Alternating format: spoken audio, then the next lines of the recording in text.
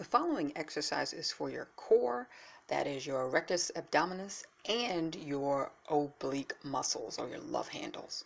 You're going to lie on your back with your knees bent and feet raised, placing your hands to the sides of your head. Lift your head and shoulders off the floor and twist your torso to one side, bringing your elbow towards your opposite knee. Lower your head and shoulders back down and then repeat on the other side.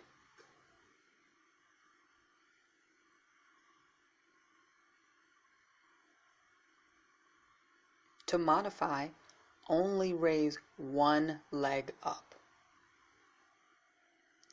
Keep your legs 90 degrees at the hip.